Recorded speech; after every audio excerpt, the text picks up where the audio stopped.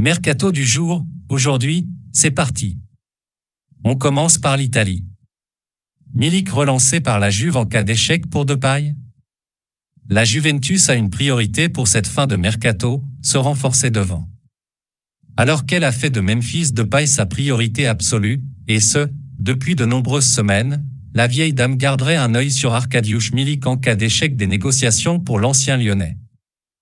C'est Sky Sport qui relance la piste ce vendredi. Ces dernières heures, le président de l'OM Pablo Longoria a ouvert la porte à un départ du Polonais en cas d'offre proche des 20 millions d'euros. Notre avis, la Juve fait attention à ses comptes sur ce mercato estival et cherchera coûte que coûte l'option la plus avantageuse financièrement. La piste Milik est probablement trop onéreuse pour les Piémontais, mais qui sait. Porte fermée à double tour pour Guimara à Newcastle. Cible de longue date du Real Madrid, Bruno Guimarães est de nouveau annoncé du côté de la capitale espagnole avec le probable départ de Casemiro. AS a évoqué ces dernières heures un potentiel retour de flamme des Merengues dans le dossier. Mais ce vendredi, Eddie Howe, le manager de Newcastle, a fermé la porte à double tour à un départ de l'ancien Lyonnais. Nous essayons de construire une équipe ici qui, selon nous, peut amener le club vers les sommets au cours des prochaines années. On ne veut pas enlever nos meilleurs joueurs et Bruno en fait partie. Notre avis, les Toons seront durs en affaires si des négociations venaient à être ouvertes.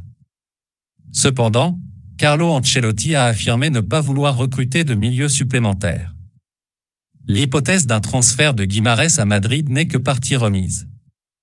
Cherki va, enfin, prolonger avec l'OL. Enfin, c'est le cas de le dire. Après des semaines voire des mois de négociations, l'équipe annonce que Ryan Cherki, 19 ans, se serait entendu avec l'OL pour un nouveau contrat de 2 ans. La seconde année automatique est toutefois liée à un certain nombre d'apparitions cette saison, précise le quotidien. Notre avis, une sacrée épine du pied en moins pour Jean-Michel Aulas, qui est parvenu à ses fins, avec un accord qui semble satisfaire les deux parties. Carrasco dans les petits papiers de Manchester United. Rembarré par l'Ajax pour Anthony, dans l'attente pour Cody Gakpo, les Red Devils auraient coché le nom de Yannick Ferreira Carrasco et pourraient formuler une offre proche des 30 millions d'euros, selon les informations du Daily Telegraph. Sous contrat jusqu'en 2024 avec les Colchoneros, le Belge est un cadre de Diego Simeone et une prolongation est dans les tuyaux depuis plusieurs semaines. Mais la situation financière de l'Atlético pourrait faire réfléchir les dirigeants madrilènes si une belle offre arrivait sur la table. Notre avis, et une piste de plus, la polyvalence de Carrasco rendrait évidemment de précieux services à Ten Hag et consorts. Cependant, il paraît difficile d'imaginer l'Atlético libérer l'un de ses hommes à tout faire. Mission Nkunku 2023 dans les cartons pour Chelsea. Si Pierre-Emerick Aubameyang semble être la priorité estivale des Blues, l'arrivée du Gabonais se ferait uniquement dans une vision court-termiste comme le précise le Daily Telegraph. Dans son édition du jour, le quotidien annonce que Chelsea serait prêt à dégainer et à mettre le paquet l'été prochain pour attirer Christopher Nkunku à Stamford Bridge. L'international français a prolongé à Leipzig en juin dernier et ne quittera pas l'Allemagne avant 1 an. Notre avis, cet été 2022 était fait pour poser les bases de l'ère Bully. Le prochain mercato estival pourrait être assez animé du côté de Chelsea, qui devrait avoir de la concurrence pour Nkunku. Le Napoli veut toujours Navas. Selon Il Mattino, le Napoli est toujours à l'affût pour Keylor Navas, qui est la priorité pour le poste de gardien.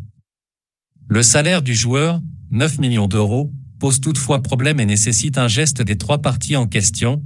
L'intéressé doit le baisser, Naples augmenter son offre et le PSG donner un coup de main pour son paiement. Notre avis, il va falloir trouver un accord, mais la volonté des trois parties est de boucler le deal. Discussion très positive entre Aubameyang et Chelsea. Le retour à Londres avance bien pour l'ancien Stéphanois.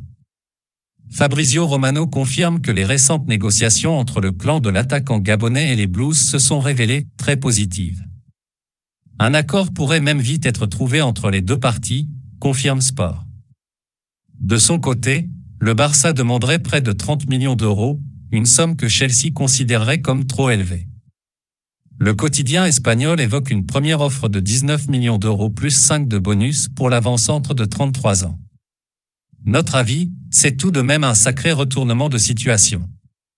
Alors qu'on pensait le FC Barcelone très attaché aux Gabonais, ce transfert pourrait se concrétiser beaucoup plus vite qu'on ne le pense. Et le FC Barcelone ne dira pas non à un peu de monnaie. L'OM négocie bien avec l'Atalanta. Dans son édition du jour, la Gazzetta dello Sport confirme les révélations de Gianluca Di Marzio et Fabrizio Romano sur un possible échange entre l'OM et l'Atalanta Bergame pour Ruslan Malinovski et Cengiz Ünder. Les négociations viendraient de débuter entre les deux clubs, qui trouveraient chacun leur compte dans ce possible double transfert. Pour rappel, la Roma devrait toucher 20% sur la revente du Turc. Notre avis, l'OM serait le grand gagnant de ce deal, sans aucun doute.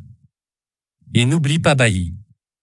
Toujours à la recherche d'un renfort derrière, Marseille piste toujours Eric Bailly, le défenseur de Manchester United. L'équipe explique que l'international ivoirien serait davantage séduit par le challenge marseillais que par le passé.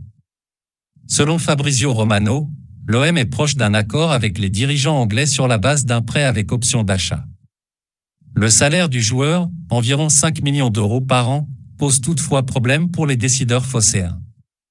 Notre avis, Bailly est un pari, mais l'OM a désormais un savoir-faire dans la relance de joueurs. Reste à convaincre Manchester United si l'intérêt se confirmait, surtout, à prendre le meilleur sur une concurrence relativement féroce. Ndombele à la relance à Naples.